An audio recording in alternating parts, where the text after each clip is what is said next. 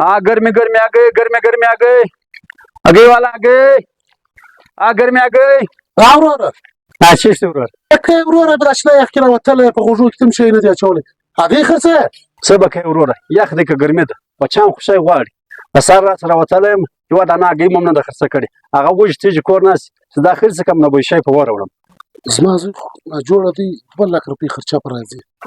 ما سره 15,000 روپۍ راسره دي دا سړي کې به ورکړم دی به بچیان له شی په ویسي د الله د رضا دپاره به دا 15,000 ده ته ورکړم دی خو خپل بچیان له شی ویسي که زما د بچي علاج نه کېږي په دا 15,000 زما د بچي علاج هېڅ هم نه کېږي ښه د سلاب دې نه دی کړی بس سمه ده دا ګردې هګۍ ما ته راکړه ګردې هګۍ ته غواړې مذاق خو نه کوې یا بس دا ګردې هګۍ ما ته راکړه بس دا ګردې هګۍ زه درسه وړم سمه ده د ګردې هګۍ 2,000 روپۍ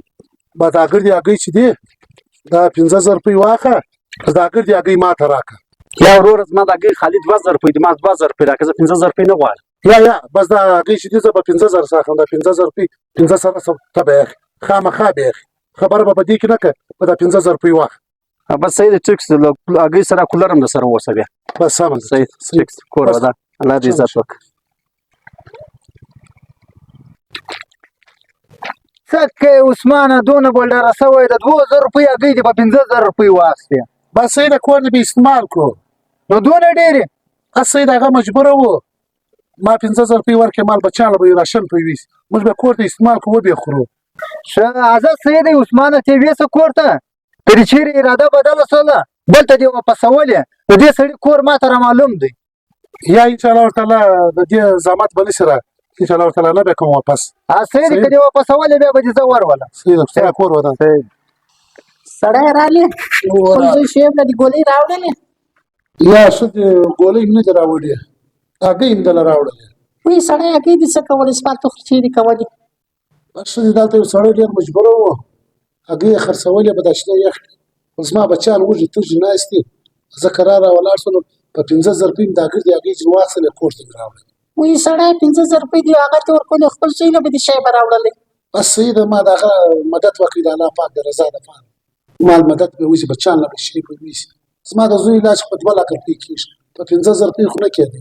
بس مال دا به د الله د رضا دپاره دی خپل بچیان له شي ویسي که زما د زوی علاج نه کېږي دی خپلو بچیان له یو راشن ماشین خو به ویسي سړی نو ته په خپل کارو ډېر ښه پوهېږې نو زه تا ته څه ووایم نو شعیبه زویه راڅه هګۍ درکړم شعیبه زویه هګۍ به درکړم وایي ښځې پای کې خو پیسې دي ای څه وایې سړی یو هغه د پیسو ډک دی کولر وایي سړی بس خدای م غیبي ناروا لوېدله سړی یا دا سړي دي زه یې بېرته وروړم ای سړی د خپل زوی علاج پرې وکړه هغه سړی یې ډکه سړی یا زه یې سړي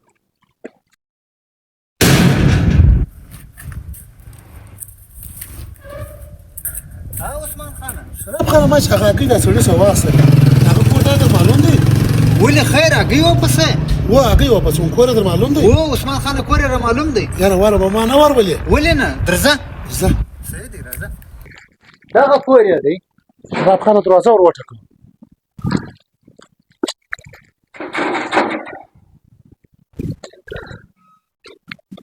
ها وروره څه کیسه ده وروره د تاسو چې ما هغه هګۍ واخیستلې 15,000 روپۍ چې مې درکړلې هغه هګۍ په دې کې نشته په دې کې خالي پیسې دي دا خپلې پیسې موږ درکولې د چیش هګۍ د چیش پیسې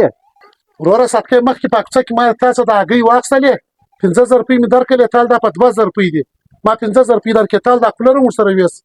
نو ما دا کولر هم ویوړ ما چې کور ته وکتل په دې کې پیسې وې موږ دا خپلې پیسې درکولې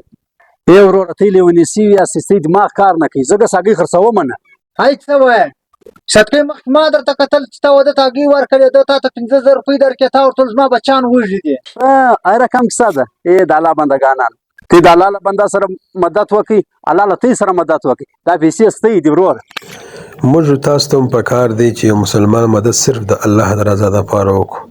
الله تعالی د هغه صله ضرور راکوي که مې دا میسج خوښ شوی دی مخ ته ضرور سره شیر